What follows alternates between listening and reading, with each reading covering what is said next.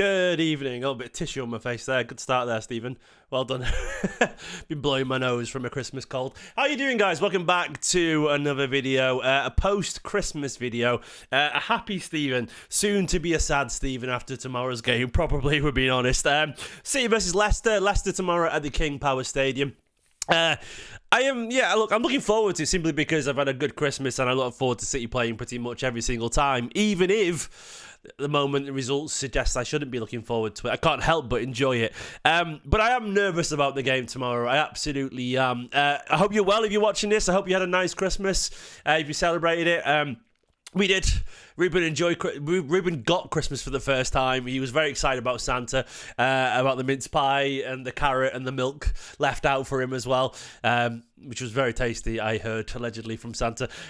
We had a great time, and I'm in a really good mood, looking forward to football being back after a 4-day break, basically, over Christmas, and I really enjoyed it. I had a lovely time, and I'm very much looking forward to tomorrow too, and I hope you guys did as well. Hello to everyone in the chat as well. Yes, sorry, just about the 5 things learned. I didn't do one after the game the other day because I was too busy getting ready for Christmas because it was Christmas Eve. I missed him once or twice recently, but I've been a bit under the weather. The winter's just hit me hard and been trying to catch up with sleep and stuff with Ruben not sleeping. And Quicksilver, I vaguely remember, I can't remember what the comment exactly was, but I vaguely remember falling out. So thank you for the apology. It's genuinely appreciated. It takes a big person to apologise always. But anyway, City, Leicester tomorrow at the King Power Stadium. Typically a stadium that we haven't really had much joy at, the King Power Stadium, if we're being honest. And we go there off the back of a run of results, and let's bring them up just for posterity, really. I think we probably need to just look at this fixture list that we've gone through just to add the colour. It's painful to look at, but it all started... Where did it start? It started at Tottenham away. Well, of course it started at Tottenham. Of course it started Tottenham. Back in October, that was, the end of October. By the way, it feels like it's been going on for a lot longer than that, doesn't it? It really, really does. So, it started in the Carabao Cup. We went out that time. Then Bournemouth. Then Sporting. Then Brighton. Then Spurs. Then we had obviously the draw in final, which felt like a loss, but it was 5 losses until we got a draw. Then Liverpool beat us. Then we actually beat Forest, but that was now 5 games ago. Since then, we've had a couple of draws, and we've had 3 losses as well. Juventus, United, and Aston Villa. What I would say is that even though we've been poor, as you look at those results back, there's only been a goal in it, pretty much, apart from Juventus. There's been draws and 1 goal either side. We haven't deserved a win in any of them, I would argue. But we've got to go through it, OJ, man. We've got to go through it, yeah. We have to know what's been going on to point out where we're going. And I guess this is probably, I'm showing this for a reason, to show the context of this video. And probably why a lot of people don't feel confident. Like, now, I can only be honest. I'm a reasonably optimistic person, and I find it hard to imagine that this slide won't end at some point. Like, I don't know when that will be. Probably by the time signings come in. Probably by the time players come back. But I can't help but feel at some point it will change around. It probably won't be tomorrow, but I tend to see the positive side of things and expect that with so much quality, at some point we might, even if we sort of just drag it out, we will find a win. I don't know if that'll be tomorrow because of that run of results, but it's worth remembering where we came from, and it's also worth looking at Leicester's run of results. So Leicester currently sitting 18th, so the Premier League table, I'll show you there. Leicester are down there in 18th in the relegation zone. So they've been one of the worst teams. Southampton have been absolutely diabolical, but Leicester are still very much in it. They're in for a shout to stay up. You know, they're on 14 points.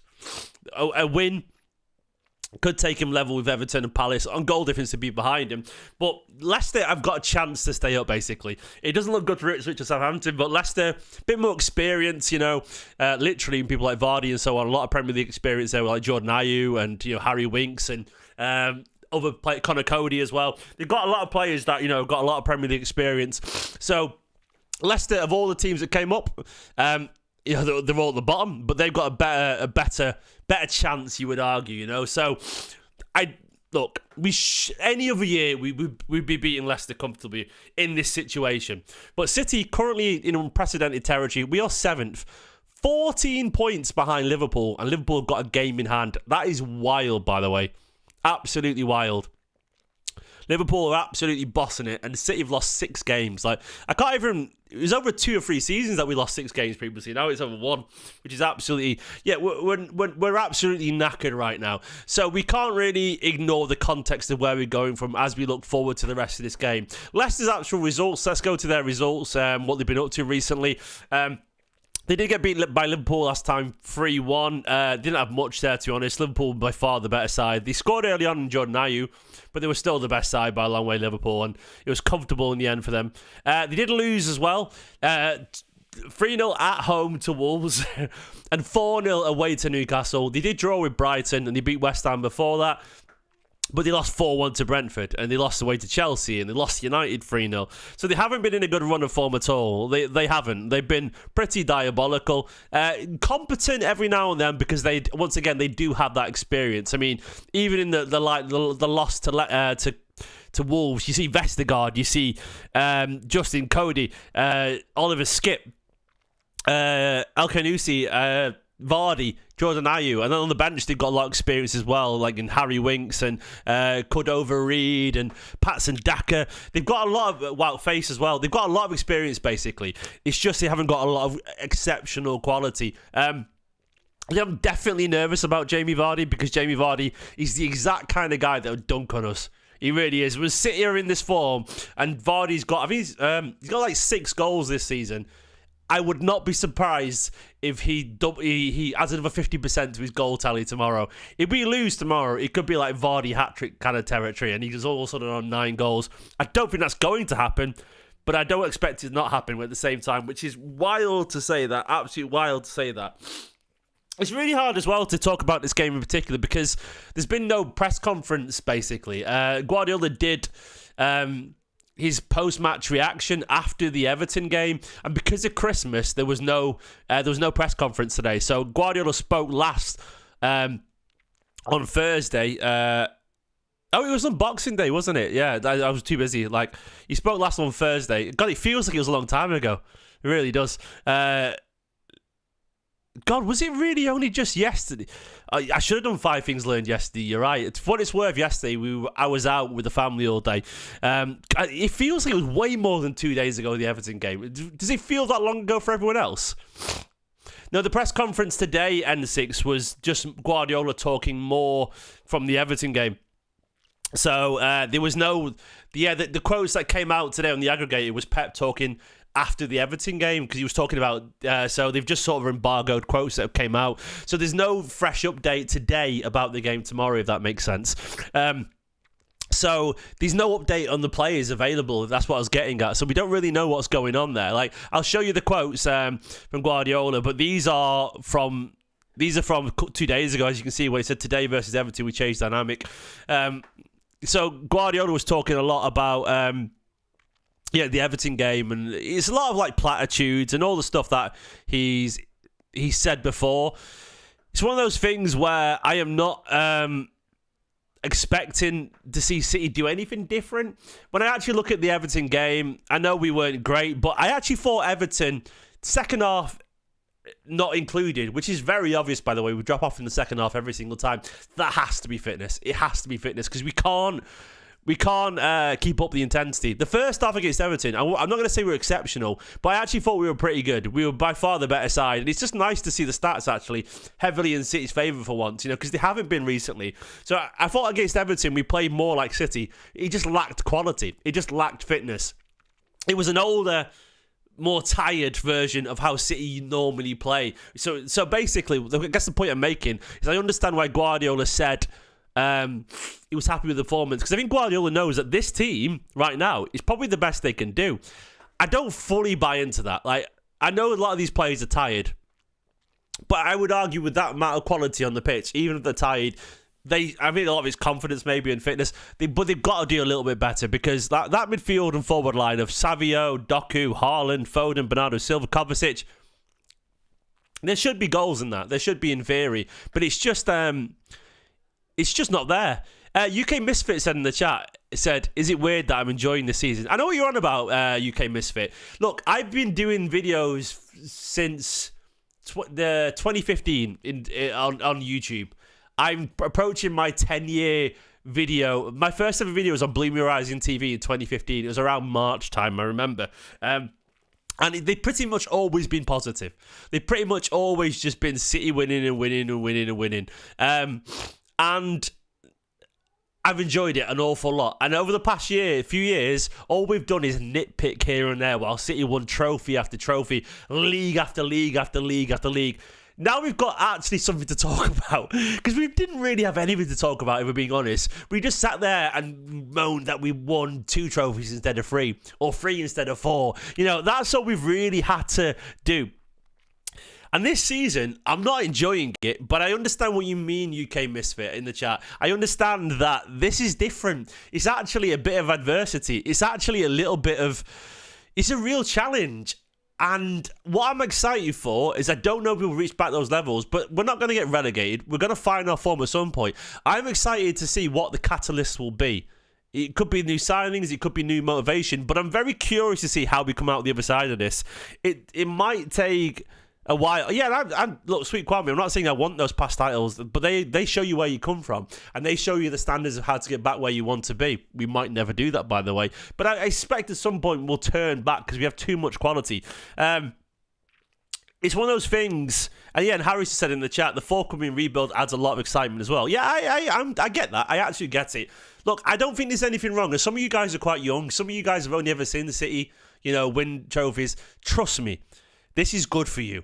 It is. Because I know, because when we were a lot shitter when I was younger. And I think there's something to be said for a humbling, because humbling is needed every now and then. The City have had a lot of success, and at some point, the downside of that success is you got to get slapped up every now and then. And that's what's happened to City right now, And I get it. I absolutely get it, yeah. Guys, by the way, if you are new to the channel, please give the video a like, and please give subscribe as well if you're new as well. You're 43, so this is minor. Yeah, exactly. I'm 39, mate, so we're roughly the same age. So we've probably seen it the other way around. It is weird to see it, and it is strange, and it's a crazy few months. And it might be the season where we finish outside the Champions League. I mean, I'd be amazed if the club want that to happen, because that is catastrophic for the finances. Look, I'm never going to be too upset about City not being in the Champions League on a personal level, because I want City to be there, but I'm not going to lose any sleep as long as City in the Premier League still. But I understand for the club, it would be catastrophic. So I want us to get there, because City not in the Champions League is a big dent on those finances and a big dent on the stature of Manchester City.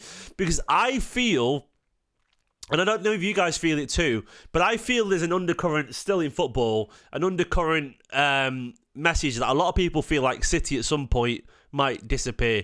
Like, I'm not sure if people feel if it's a pet thing or a money thing, but I'm not convinced the world feel that City will stay at the top forever. Does anyone else get that feeling? Because I look around fans online, and I sense them believing that City are sort of a fad, and that the one day they'll go, be it finances, be it charges or whatever. I get that feeling. That people expect it. So, if coming outside the Champions League and all that kind of stuff, like, no one stays at the top, which is true, but, you all right, Ruben? Sorry, Ruben's just got out of the bath and he's shouting me from downstairs. Very sweet. And they think this is that AJ said, if they think this is a blip, then for shock over the next decade. Well, that's the point. We have to show that it isn't a blip. That it is just a blip. That it is, just temporary. We have to show that. So I can't wait, basically. I can't wait to see how City respond to this challenge, because they absolutely have to, because it's necessary and it's desperate. So on to the Everton game. Look, it's very hard to predict the lineup here. It's very hard to kind of predict where City are going and where how we'll line up for this game, because, I mean, you look there. This is the team. But on the bench, of course, we had De Bruyne, Gundogan, Simpson, Pusey. Then we left on the bench, obviously, Divin Mubama, Max Alay, Nico O'Reilly, Spike Bricks, James McAtee. I don't know if Kyle Walker and Grealish are available.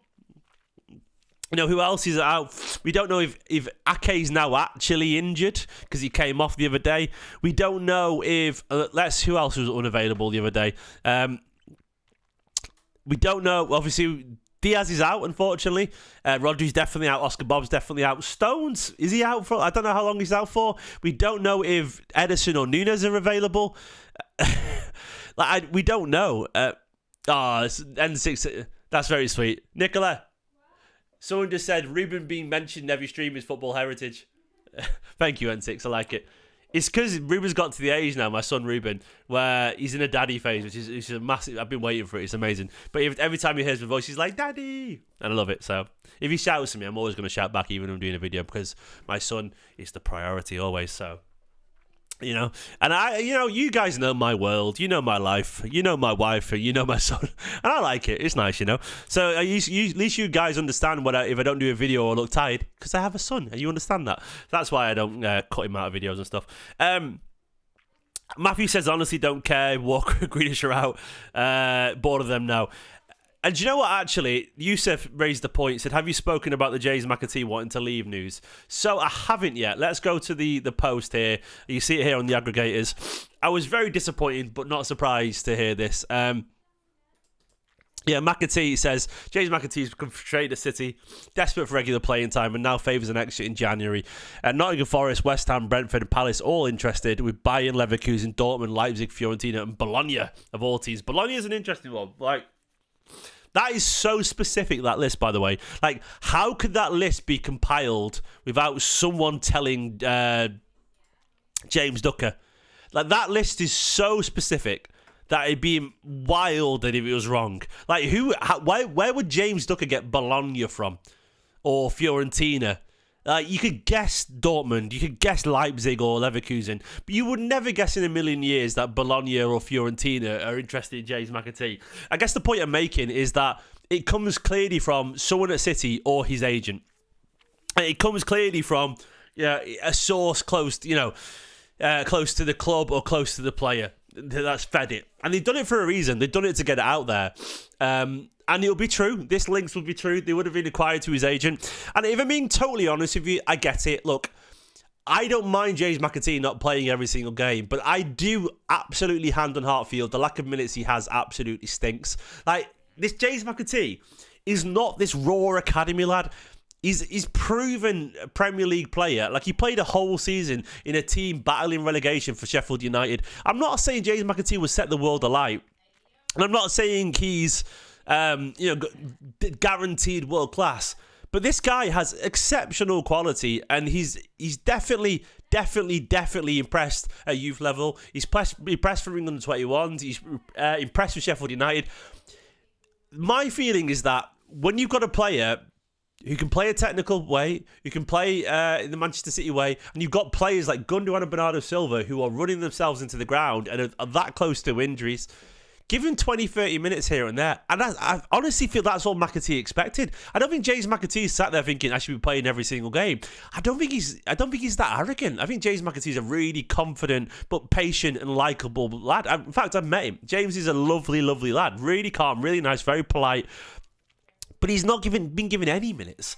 And I get the frustration, I get it. I understand where he felt like he could have played, at home for 20 minutes here and there. He's had one appearance in the Premier League this season in a team that's drastically struggling, that's drastically needing a young lad who can impress, And McAtee can work hard, and he does work hard, and he can run still, and he's got energy.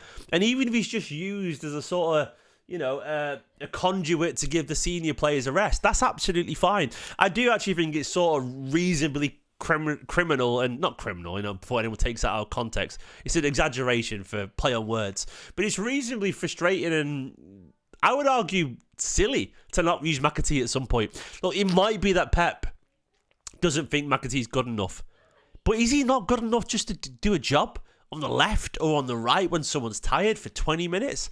I don't buy it. This is not an 18-year-old lad from the academy who's never played before.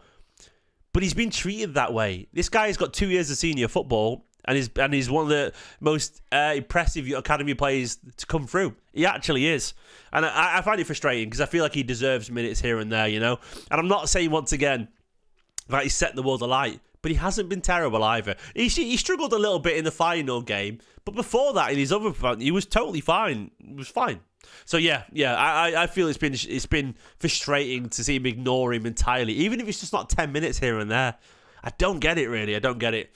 Anyway, I'd be amazed if the team is much different to this, given fitness, given Walker. I'm going to presume Walker and Grealish aren't available. We'll build the team. I'm going to presume Ederson's not available, so it'll be Ortega in goal.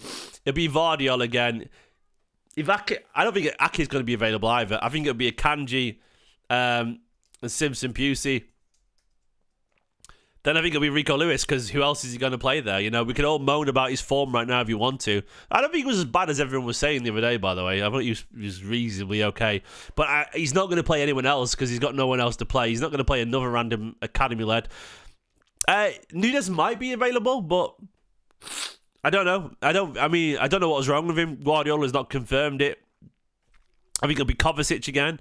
I think Gundogan might start this one. You don't have to like that, but I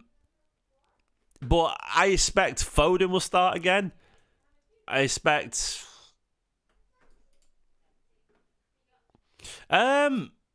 I think Simpson Pusey will start. It's going to be Haaland up top. I can't decide if he'll go for... I think he'll go Doku Savinho again. I think Savinho and Doku will get a start again. I think Haaland... And I think it might be Bernardo again, actually. I think it'll be this again. I think it'll be a similar team, basically. It'll be something like that again, which is not perfect, but I don't really know what else he's going to do. We could see Gundogan return. It depends if Nunes is available. It depends if Walker's available, Grealish is available. How long is Stones out for? I can't remember. I don't really know. I mean, KDB, I don't think KDB's fit enough. He doesn't look fit, by the way. When he came on the other day, his body was not keeping up. There was that last minute thing where... let me find it. One second. Let me find a screenshot of it. Where it was the classic, the Bruyne position to get a cross in, and he just couldn't make it at all. And it was so weird seeing Guardiola miss, not Guardiola, sorry, De Bruyne fail from such an obvious point. I can't find it, man. Where's it gone? Here. It was this. When we got last 86 minutes of the game, De Bruyne getting the ball there, and he got Haaland and Bernardo at the back post waiting for it, and he hit the first man. That bit made me sad, because there is no way in years gone by that De Bruyne doesn't make that pass. No way, especially when it mattered towards the end, because that's the beauty of De Bruyne, isn't it? And that made me sad, because it was like his body couldn't keep up with his legs, or he couldn't get the lift on it anymore. It was just a tired pass. And that, I honestly think it's entirely down to fitness, unfortunately. It's one of those things where, I just think, unfortunately, I think, as Matt said, his body's giving up with him, and I think it's a bit of a shame, because he's got a lot of quality. I think his head's still there, but I don't think his body's keeping up. I'm hoping it's, I'm hoping it's just fitness, and he might find a little bit of a run towards the end of the season. Sorry, guys, I've got a bit of a runny nose today, but I don't think there's much we can do about it. I think we have to accept that his body clock is catching up, and I'm sure he'll have some say in the season still. But when I saw that, and I was like, oh, so disappointed, unfortunately. It's one of those things where it's just a bit too much. I do agree with people who say, they wish you seen McClean and O'Reilly a bit more, just for energy. I think, the annoying thing is, for me, at the start of the season, O'Reilly played against Man United in the Community Shield. And I'm not saying he was brilliant, but he was decent. No, do you know what it is, guys? I am very susceptible to colds when I've got in the chat when I don't sleep, and I don't sleep at the much. I was wrapping presents till 3 a.m. on Christmas Eve, and then I got up out of bed at 6, and it's caught up to me big time. So we've had a lot of. It's been a very busy, and if I don't sleep and I catch colds like that, and at the moment I'm just not. Yeah, I am not getting any sleep. But yeah, I feel like the sort of abandonment of McClean and O'Reilly as squad options feels misplaced. Because even though we lost against Spurs as well in that 2-1 game, I didn't think they were bad then. And I don't really see the need to... Because imagine if O'Reilly, by the way... Imagine if he'd been getting 10, 15, 20 minutes, more or less every week here and there. Can you imagine how good he'd be now, by the way? Like, I hand on heart believe that. If you keep giving that exposure to these younger players, eventually they get better. They learn to deal with 50,000 people. They learn to deal with the pressure and the physicality more, because training is not the same as first team games. I just don't... I can't shake the feeling that O'Reilly and McAtee and these lads wouldn't be better if they kept getting 10 minutes here and there. Like, I just don't see how they wouldn't be. And I feel like the beauty of that is you're letting them learn on the job, and you're also setting yourself up for a stronger future. Because we all know, if McAtee and O'Reilly had 5 starts and 10 substitute appearances between them by now, so they each had 5 starts, they each had another 10 substitute appearances or whatever, we know they'd be seen as trustworthy then, right? Like, Guardiola would be a lot more inclined to play them.